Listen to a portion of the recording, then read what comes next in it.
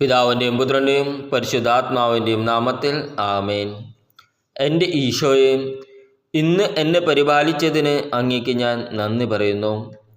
എന്നോടൊപ്പം അങ്ങ് ചേർന്ന് നിൽക്കുന്നതിനും എൻ്റെ എല്ലാ തീരുമാനങ്ങളിലും എന്നെ നയിക്കുന്നതിനും അങ്ങേക്ക് നന്ദി പറയുന്നു. ഈ ദിവസം ഞാൻ വിഷമങ്ങളും സങ്കടങ്ങളും ടെൻഷനും എല്ലാം അഭിമുഖീകരിച്ചു. പക്ഷേ ഞാൻ തനിച്ചല്ലെന്ന് അങ്ങ് എന്നെ ഓർമ്മിപ്പിക്കുന്നതിൽ ഞാൻ കൂടുതൽ സന്തോഷവാനാണ്. എൻ്റെ വഴികളിൽ അങ്ങ് എന്നെ സഹായിക്കുന്നുവെന്ന് എനിക്കറിയാം. ഞാൻ പ്രാർത്ഥിക്കുന്നതിനേക്കാൾ മികച്ച പദ്ധതികൾ അങ്ങേക്കുണ്ടെന്ന് എനിക്കറിയാം. അങ്ങ് എന്നെ സ്നേഹിക്കുന്നുവെന്ന് ഞാൻ അറിയുന്നു. ഈ രാത്രിയിൽ അങ്ങയുടെ തിരുരക്ത കോട്ടയ്ക്കുള്ളിൽ മറഞ്ഞിരിക്കുവാൻ എന്നെ അനുവദിക്കണമേ.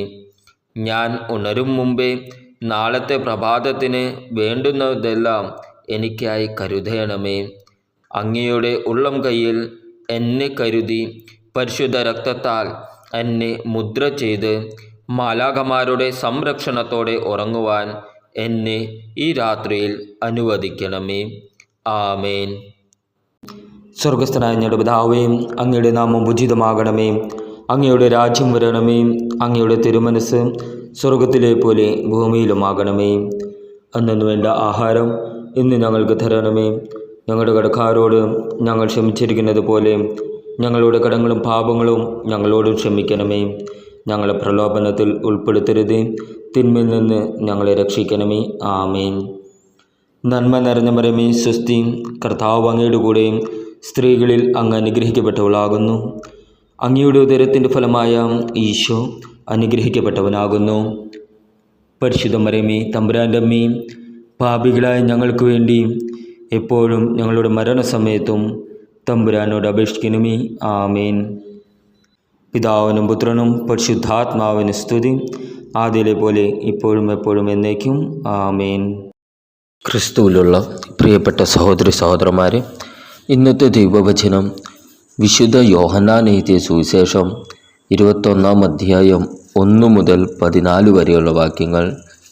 ഇതിനുശേഷം യേശു തിബേരിയാസ് കടൽ തീരത്ത് വെച്ച് ശിഷ്യന്മാർക്ക് വീണ്ടും തന്നെ വെളിപ്പെടുത്തി. അവൻ വെളിപ്പെടുത്തിയത് ഇപ്രകാരമാണ്: ശിമയോൻ പത്രോസ്, ദിദിമോസ് എന്ന് വിളിക്കപ്പെടുന്ന തോമസ്, ഗലീലിയിലെ കാനായിൽ നിന്നുള്ള നഥാനയേൽ, സെബദിയുടെ പുത്രന്മാർ എന്നിവരും വേറെ 2 ശിഷ്യന്മാരും ഒരുമിച്ചിരിക്കുകയായിരുന്നു. ശിമയോൻ പത്രോസ് പറഞ്ഞു, ഞാൻ മീൻ പിടിക്കാൻ പോകുകയാണ്. അവർ പറഞ്ഞു, ഞങ്ങളും നിന്നോടുകൂടി വരുന്നു. അവർ പോയി വള്ളത്തിൽ കയറി. എന്നാൽ ആ രാത്രിയിൽ അവർക്ക് ഒന്നും കിട്ടിയില്ല. ഉഷസ്സായപ്പോൾ യേശു കടൽക്കരയിൽ വന്ന് നിന്നു. എന്നാൽ അത് യേശുവാണെന്ന് ശിഷ്യന്മാർ അറിഞ്ഞില്ല.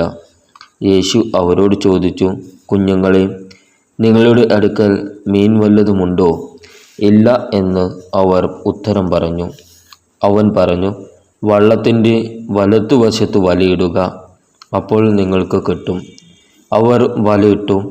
അപ്പോൾ വലയിലകപ്പെട്ട മത്സ്യത്തിൻ്റെ ആധിക്യം നിമിത്തം അത് വലിച്ചു കയറ്റാൻ അവർക്ക് കഴിഞ്ഞില്ല. യേശു സ്നേഹിച്ചിരുന്ന ആ ശിഷ്യൻ പത്രോസിനോട് പറഞ്ഞു, അത് കർത്താവാണെന്ന് കേട്ടപ്പോൾ ശിമയോൻ പത്രോസ് താൻ നഗ്നനായിരുന്നതുകൊണ്ട് പുറംകുപ്പായം എടുത്ത് ധരിച്ച് കടലിലേക്ക് ചാടി. എന്നാൽ മറ്റു ശിഷ്യന്മാർ മീൻ നിറഞ്ഞ വലയും വലിച്ചുകൊണ്ട് വള്ളത്തിൽ തന്നെ നിന്നു.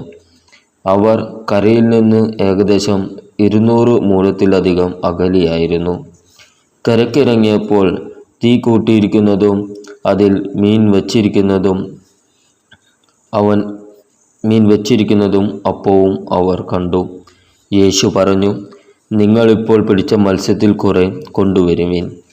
ഉടനെ ശിമയോൻ പത്രോസ് വള്ളത്തിൽ കയറി വലിയ മത്സ്യങ്ങൾ കൊണ്ട് നിറഞ്ഞ വല വലിച്ച് കരയിൽ കയറ്റി. അതിൽ 153 മത്സ്യങ്ങളുണ്ടായിരുന്നു. ഇത്രയധികം ഉണ്ടായിരുന്നിട്ടും വല കീറിയില്ല. യേശു പറഞ്ഞു, വന്ന് പ്രാതൽ കഴിക്കുവിൻ. ശിഷ്യന്മാരിൽ ആരും അവനോട് നീ ആരാണ് എന്ന് ചോദിക്കാൻ മുതിർന്നില്ല. അത് കർത്താവാണെന്ന് അവർ അറിഞ്ഞിരുന്നു. യേശു വന്ന് അപ്പമെടുത്ത് അവർക്ക് കൊടുത്തു. അതുപോലെ തന്നെ മത്സ്യവും. യേശു മരിച്ചവരിൽ നിന്ന് ഉയർപ്പിക്കപ്പെട്ട ശേഷം ശിഷ്യന്മാർക്ക് പ്രത്യക്ഷപ്പെടുന്നത് ഇത് 3-ാം പ്രാവശ്യമാണ്. നമ്മുടെ കർത്താവായ ഈശോ മിശിഹായ്ക്കും സ്തുതി.